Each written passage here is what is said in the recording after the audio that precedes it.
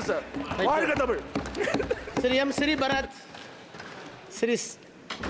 Sribharat, please.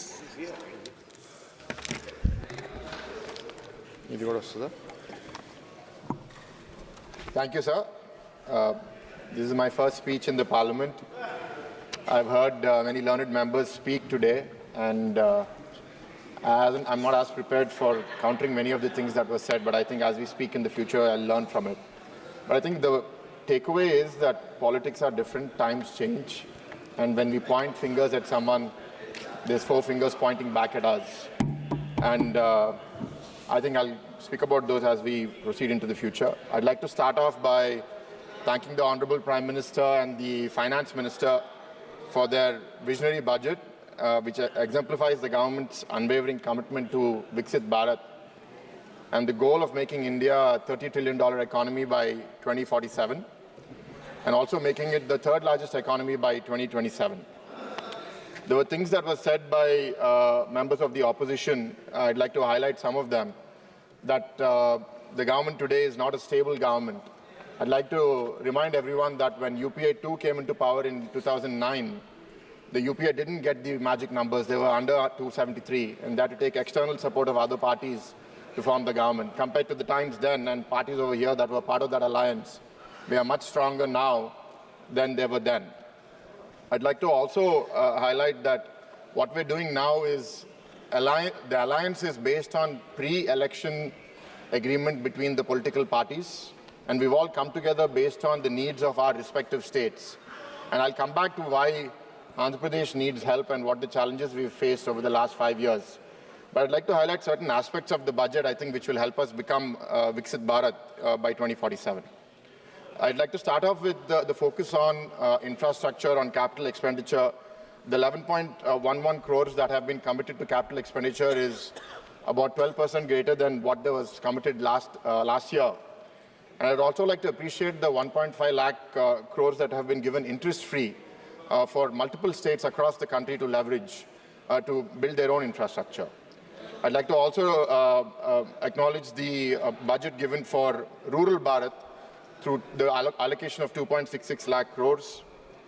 I'd like to, in particular, appreciate the government for recognizing the challenges of the MSME sector by basically providing end-to-end support, from the new credit assessment for giving about 100 crores of loan without collateral, from giving support to stressed MSMEs during their times of difficulty, to giving them access to funds. I think the MSMEs are the backbone of the country, because across rural and urban areas, there's millions of MSMEs across the country that need that help. But through this development, we are not leaving people behind, because there are allegations of price rise and inflation. I'd like to remind here that the average inflation in the NDA government over the last 10 years has been about 5% as per the World Economic Outlook. But during the UPA regime of 4 to 14, the inflation was 7.5%. So there's a 2.5% average lower number of inflation in the last 10 years compared to the UPA regime from 4 to 14. So whatever complaints that the opposition has about price rise, I think they're pointing a lot more fingers at themselves.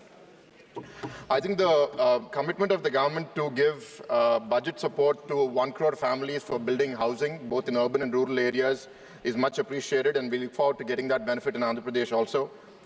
I think the continued welfare support through the Pradhan Mantri Garib Kalyan Anna Yojana to 80 crore people, and continuing that for 5 more years, we appreciate that. And I'd like to specifically mention the water management that the city of Visakhapatnam that I represent is covered in that. Having told the entire Parliament during the campaign, and also having contested in 2019, this is an acute shortage and acute challenge that we face in our city with sewage and solid waste treatment issues. I'd like to also highlight the solar plan of providing about 1 crore houses with solar rooftops and about 300 units of electricity free. So I think through this, the government is providing development and providing support to not only the wealthy, but also to the poor and to people all around the country. And I hope that as the country keeps moving forward, we support many others. We've given a basic standard of living through these various initiatives. We've focused on infrastructure, we've focused on economic growth. But then the question is about equity. How are we giving opportunity to different people around the country? There are different things that the budget has spoken about. One, which was very interesting, was about being able to provide internship opportunities to 1 crore youth across the country, to start with in the 500 top companies, but I hope that it gets spread to other companies. And the budget outlay in terms of giving a one-time joining of 6,000 rupees and a monthly benefit of about 5,000 rupees. I'd like to appreciate the intention to set up 1,000 ITIs in the hub-and-spoke model across the country and to train 20 lakh youth in skilling. I think it's a much-needed initiative. Being a person who's in higher education myself, I'd like to in particular appreciate the intention to give loan support of about 10 lakh rupees to every student who wants to pursue higher education in domestic institutions, and also giving 3% subvention on interest. Because I did my undergrad in the US, I lead a university in India today with about 30,000 students. I've seen over the last 2 decades that increasingly the number of assets that one holds is going down, and most people have to take debt to educate their children. And today, I don't want India to go into a place where the United States is right now, which is rising debt trap in the student community. And I think if you see the major expenditure that any household incurs is on education and on healthcare. So this important scheme coming in the higher education is much appreciated. And I also would like to briefly mention some initiatives in the Atmanirbhar Bharat intentionality, which is about making ourselves self-sufficient on the semiconductors and the entire technology sector because of the challenges we've seen in the pandemic and in general in the global uncertainty. I think all of the production-linked incentives we've given in the technology, IT, automobiles, are all very necessary to also provide opportunities for Indian citizens for pursuing manufacturing in India. As we do all this, I think there's two potentially disruptive forces that we have to watch out for. And I'm happy to see that certain initiatives in those areas have been announced. The first disruptive force that could really change the way we live is climate change, sustainability. Because while we may be ignorant to the incremental damage to the environment, we're all seeing the way cyclones and hurricanes and storms and earthquakes are happening around the world. So investments into that areas like bringing clean energy, doubling the budget from 10,000 crores to close to 20,000 crores on new and renewable energy, almost increasing the nuclear power investments by 400% from about 500 to 2,000 crores, and increasing the solar grid capacity. And looking at the overall renewable energy capacity, in 2014 we were 76 gigawatts. Now we have come to close to 200 gigawatts. So the government is delivering on its stated intention, and I think it will keep doing so over the next 5 years. I'd like to also specifically mention, while it's a small investment into the space, the VC fund that has been set up for 1,000 crores, I think is very important because as we exhaust our natural resources and as we look at beyond the Earth, I think investing into space startups and potentially living on other planets down the line will not be an impossibility, and it will be a possibility, and I'm glad that India is joining that. So having seen this, I'd like to also highlight the second potentially disruptive and also potentially very dangerous thing if we don't manage it well is artificial intelligence. The Government of India approved the India AI mission in March 2024 with a budget outlay of about 10,000 crores over the next 5 years. I'd like to request that we put specific focus and research on the impact on the labor markets through the advancement of AI, the regulations we need to put in place to ensure that AI doesn't overtake the way our labor market functions, and also to invest into research on how we skill our workforce to deal with AI in the future.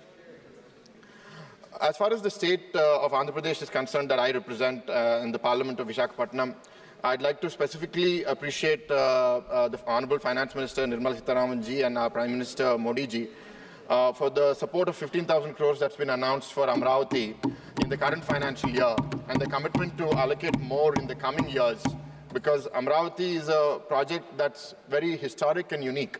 We've received about 33,000 acres from over 30,000 farmers without taking a single rupee upfront, with the trust that we will develop and give back a world-class capital. But due to the damage of the last 5 years in the previous government, we've lost that ability to do it. So we need the support of the centre, and we appreciate the centre's response to that. Also, we'd like to appreciate the government's stance on Polavaram and saying that it's not just the lifeline for Andhra Pradesh, but a lifeline for the country because it can provide food security for the entire country. And really appreciate the government's commitment to financing and ensuring the early completion of Polavaram irrigation project in the state of Andhra Pradesh. As far as industrial development and infrastructure goes, There was mention of the Koparthi node, the Oracle node in the Visakhapatnam-Chennai Industrial Corridor and the Hyderabad-Bangalore Industrial Corridor. We'd like to work closely with the central government in ensuring that these are a reality in the very near future. We'd like to appreciate the grants for the backward regions, Rayalaseema, Prakasam, and North Coastal Andhra, which I represent, getting the grants continuously over the next 5 years. And we look forward to overall getting all aspects of the AP Reorganization Act being implemented in letter and spirit, and we appreciate the Finance Minister for that support. I'd like to also specifically mention something that was mentioned in the beginning of the the budget speech and somewhere in the middle, which is about the seafood exports. Andhra Pradesh now exports close to 40% of the seafood in India out of the $8 billion industry. And there is significant challenges in terms of what the farmers face in terms of access to the shrimp broodstocks. So the two things that were mentioned was, one, starting a breeding center for shrimp broodstocks in the country will really mitigate the production volatility and provide the livelihood stability for thousands of aqua farmers in our state, and also providing NABARD financing for not just the shrimp farmers, but for the processors and for the exporters. So we thank the government for that support. And I'd like to highlight here to all members of the House, why does Andhra need this support? The state was divided in 2014. I'd like to remind everybody in the House, the division, according to us, was done unscientifically. And for the first time in 2014, Andhra Pradesh had a deficit budget after 8 years of continuous positive budgets. And even the revenue distribution that was done was not done fairly. It was unequal. And these are multiple challenges. After the NDA government came to power in 2014 and our leader, Mr. Chandrababu Naidu, was the chief minister, we systematically worked on developing the economy. We competed with Telangana in the development of our per capita income. And on multiple metrics, we were doing well. Our agriculture grew, our economy grew at a faster rate than the country. But in 19, when we lost the elections, the damage that has been done to the state in the last 5 years, to some eyes, feels that we've gone back by 15, 20 years. For a state that historically has received only about 40, 45 paisa for every rupee it gives to the center, we're in a very unique position today where we need to depend on the center to be able to run our state. And that's the particular reason why I even went to elections together with the BJP, with the Jan Sena, with Modi ji and with Pawan Kalyan ji for the good of the state. What are the challenges we faced? Amravati was not just not developed, it was systematically tried to be killed and destroyed. We've seen the farmers in Andhra Pradesh protest for over 1,200 days, close to 1,500 days, protesting against the earlier dictatorial regime in Andhra Pradesh. The progress of Polavaram, well, it achieved about 72% by the end of 2019 government. In the last 5 years, I'm very sad to say that it's only progressed about 3%. And under the claims of saving money or reverse tendering, they've damaged so many aspects of the Polavaram that now we have an international committee coming and checking it out and seeing what damage has been done and how we can repair it for the future. I'm also very sad that Andhra Pradesh, that was thriving, had the highest unemployment rate among graduate youth in India at about 24% in the year 2022-23. We seek to really reverse that. And overall, we still haven't released our white note on finances for the state. I think we will do that shortly, maybe today or tomorrow.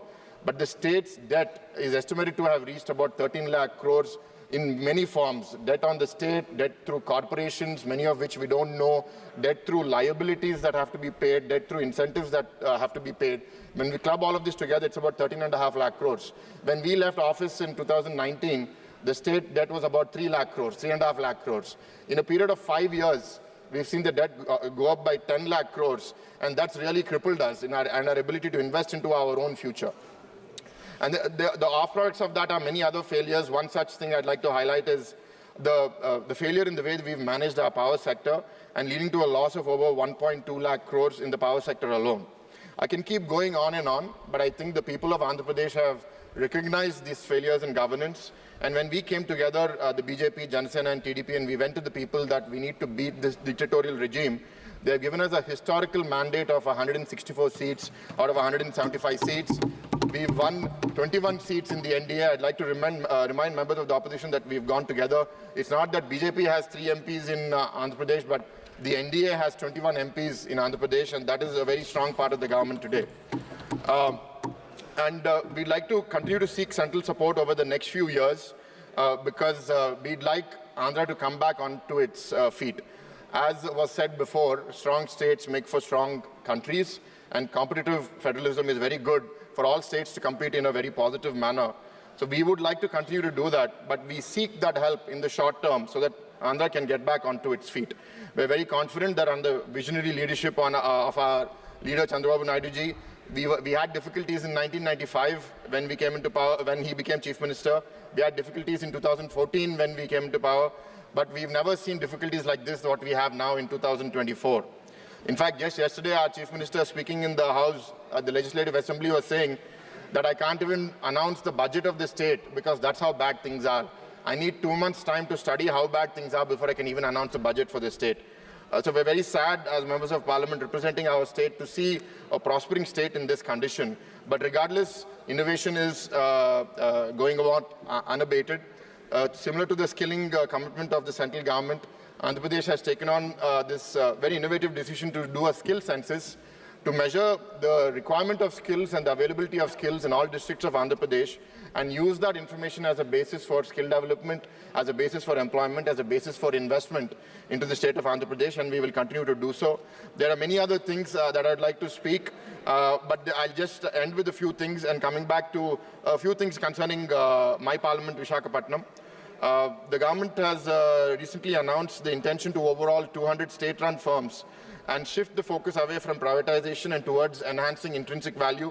I request the Honorable Finance Minister to include the Vizag Steel Plant among these state enterprises, and we will provide all our support from the state government to bring it back on its feet and really deliver on providing steel to the country.